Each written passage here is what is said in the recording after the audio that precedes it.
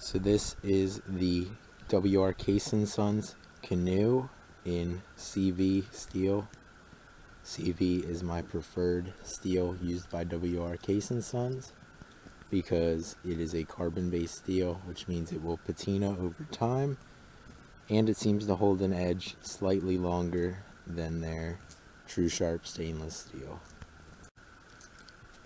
This knife features a main blade, which is a spear point blade, and it's a little under 3 inches, and it has this cool etching of a Native American in a canoe on the main blade, which I think is pretty cool, and why this knife has no patina on it currently, because I don't want to screw up that etching, so I've been really trying to wipe it down and everything.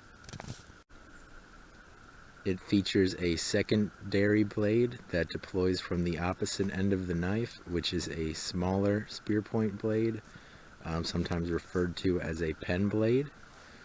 Both of the blade stocks on this knife are fairly thin, so the knife's good for slicing. Don't use it for prying. Don't use any of your knives for prying, you idiot.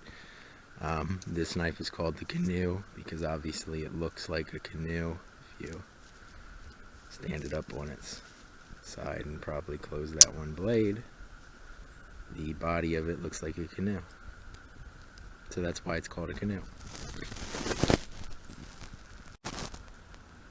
Like I mentioned earlier, this particular knife is in the CV steel. You can also get this pattern from Case in their True Sharp stainless steel.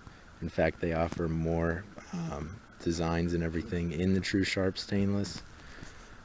This was the only Chrome Vanadium one that I saw on Amazon, and it's the amber jig bone. They offer a lot of their knives in the amber jig bone with CV steel, but I mean, the scale on the front with the shield in it looks very nice, and then the scale on the back is kind of pale and colorless. But overall, I think the knife looks really good. Of course, it's got nickel silver bolsters that'll get scratched up by your keys and your Chuck E. Cheese tokens and your pocket change and Skittles and, you know, whatever random stuff you have in your pocket along with the knife. This knife, like most W.R. Case & Sons knives, does have a little bit of fit and finish issues. There's, I don't know if you're able to see it, there's a little chip out of the bone scale right there that you can see.